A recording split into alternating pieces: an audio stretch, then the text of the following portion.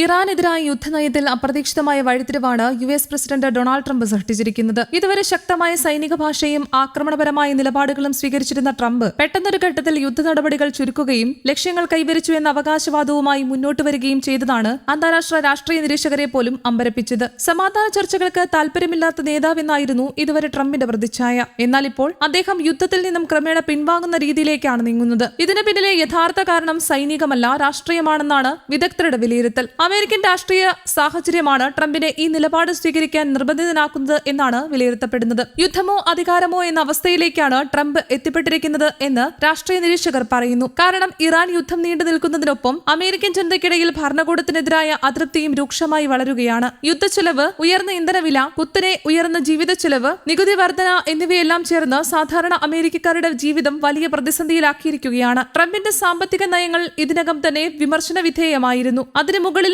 യുദ്ധം അമേരിക്കൻ സമ്പദ് വ്യവസ്ഥയ്ക്ക് അധിക ഭാരം സൃഷ്ടിച്ചത്. പ്രത്യേകിച്ച് എണ്ണവിലയിലുണ്ടായ കുതിച്ചുചാട്ടം ട്രംപിന്റെ ജനപ്രീതിയെ കാര്യമായി ബാധിച്ചു എന്നാണ് റിപ്പോർട്ടുകൾ. 2022 ശേഷമുള്ള ഏറ്റവും ഉയർന്ന ഇന്ധനവിലയാണ് ഇപ്പോൾ അമേരിക്കയിൽ രേഖപ്പെടുത്തുന്നത് എന്നാണ് സാമ്പത്തിക നിരീക്ഷകർ പറയുന്നത്. സാധാരണ ജനങ്ങൾക്ക് ഇന്ധനം, ഭക്ഷണം, ഗതാഗതം തുടങ്ങിയ അടിസ്ഥാന ആവശ്യങ്ങൾ പോലും ചെലവേറിയതായതോടെ ഭരണകൂടത്തിനെതിരായ പ്രതിഷേധം കൂടുതൽ ശക്തമായി. ഇസ്രായേലിനൊപ്പം ചേർന്നാണ് അമേരിക്ക ഇറാനെതിരെ സൈനിക നടപടി ആരംഭിച്ചത്. 2026 ഏപ്രിൽ 8 മുതൽ ഒരു ദുർബലമായ വെടിനിർത്തൽ നിലവിൽ വന്നെങ്കിലും യുദ്ധം ഔദ്യോഗികമായി അവസാനിച്ചിരുന്നില്ല. എന്നാൽ ഇക്കഴിഞ്ഞ ദിവസങ്ങളിലായി ട്രംപ് നടത്തിയ പ്രസ്താവനകൾ യുദ്ധം അവസാനിപ്പിച്ചെന്ന പ്രതീതി സൃഷ്ടിക്കുന്നതായിരുന്നു. സജീവ സൈനിക നടപടികൾ അവസാനിപ്പിക്കുകയും നാവികോപരോധം മാത്രം നിലനിർത്തുകയും ചെയ്തതോടെ വൈറ്റ് ഹൌസ് യുദ്ധത്തിൽ നിന്ന് പിന്മാറാൻ ശ്രമിക്കുകയാണെന്ന സംശയം ശക്തമായി. ഇവിടെയാണ് അമേരിക്കൻ ഭരണഘടനാ നിയമങ്ങൾ വീണ്ടും ചർച്ചയാകുന്നത്. 1973 വാർ പവേഴ്സ് റെസല്യൂഷൻ പ്രകാരം അമേരിക്കൻ പ്രസിഡന്റിന് അടിയന്തര സാഹചര്യങ്ങളിൽ കോൺഗ്രസിന്റെ മുൻകൂർ അനുമതിയില്ലാതെ സൈനിക നടപടി ആരംഭിക്കാൻ അധികാരമുണ്ട്.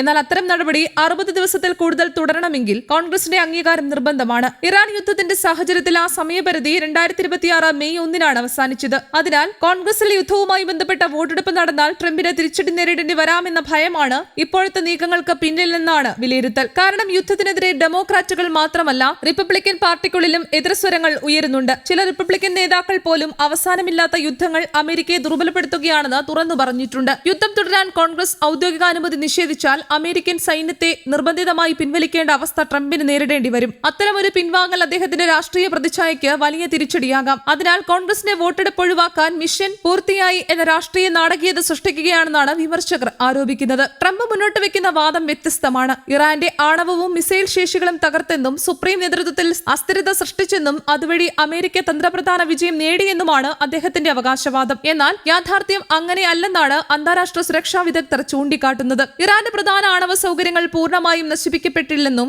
ഉയർന്ന സമ്പുഷ്ടമായ യുറേനിയം ശേഖരങ്ങൾ ഇപ്പോഴും സുരക്ഷിതമാണെന്നുമുള്ള റിപ്പോർട്ടുകൾ പുറത്തുവരുന്നുണ്ട്. ഇത് ഭാവിയിൽ കൂടുതൽ വലിയ ആണവ പ്രതിസന്ധിക്ക് വഴിവെക്കാമെന്ന ആശങ്കയും ശക്തമാക്കുന്നു. അതേസമയം ഹോർമൂസ് കടലിടുക്കിലെ സാഹചര്യം അമേരിക്കയ്ക്ക് വലിയ തലവേദനയായി തുടരുകയാണ്. ലോകത്തിലെ ഏറ്റവും നിർണായകമായ എണ്ണ ഗതാഗത പാതകളിൽ ഒന്നായ ഹോർമൂസിൽ ഇപ്പോഴും സംഘർഷാവസ്ഥ നിലനിൽക്കുന്നു. അമേരിക്കൻ നാവിക ഉപരോധം തുടരുന്നതിനാൽ ഇത് യുദ്ധ നടപടിയുടെ ഭാഗമായി തന്നെ കണക്കാക്കണമെന്നും അതിനാൽ വാർ പവേഴ്സ് നിയമത്തിലെ 60 ദിവസത്തെ വ്യവസ്ഥ ഇപ്പോഴും ബാധകമാണെന്നും ഡെമോക്രാറ്റുകളും ഭരണഘടനാ വിദഗ്ധരും വാദിക്കുന്നു. ഹോർമൂസ് കടലിടുക്ക് പൂർണ്ണമായി സുരക്ഷിതമാക്കുന്നതിലും അമേരിക്ക പരാജയപ്പെട്ടുവെന്ന വിമർശനവും ശക്തമാണ്. ഇതുമൂലം ആഗോള ചരക്ക് ഗതാഗത ചിലവ് ഉയരുകയും അതിന്റെ പ്രതിഫലം അമേരിക്ക ഉൾപ്പെടെയുള്ള പല രാജ്യങ്ങളിലുമുള്ള വിലക്കയറ്റമായി പ്രകടമാവുകയും ചെയ്തു. അമേരിക്കൻ ജനത നേരിടുന്ന സാമ്പത്തിക ബുദ്ധിമുട്ടുകൾക്ക് ട്രംപിന്റെ യുദ്ധനയം യുദ്ധഭൂമി ഇറാനിലായിരുന്നാലും അതിന്റെ രാഷ്ട്രീയ പ്രത്യാഘാതങ്ങൾ ഏറ്റവും ശക്തമായി അനുഭവപ്പെടുന്നത് അമേരിക്കൻ രാഷ്ട്രീയത്തിലാണെന്നാണ് വിലയിരുത്തൽ. ട്രംപിന്റെ മുന്നിലുള്ള ഏറ്റവും വലിയ വെല്ലുവിളി ഇനി ഇറാനല്ല, സ്വന്തം രാജ്യത്തിനുള്ളിലെ രാഷ്ട്രീയ അതൃപ്തിയും ജനവിരുദ്ധ വികാരവുമാണ്.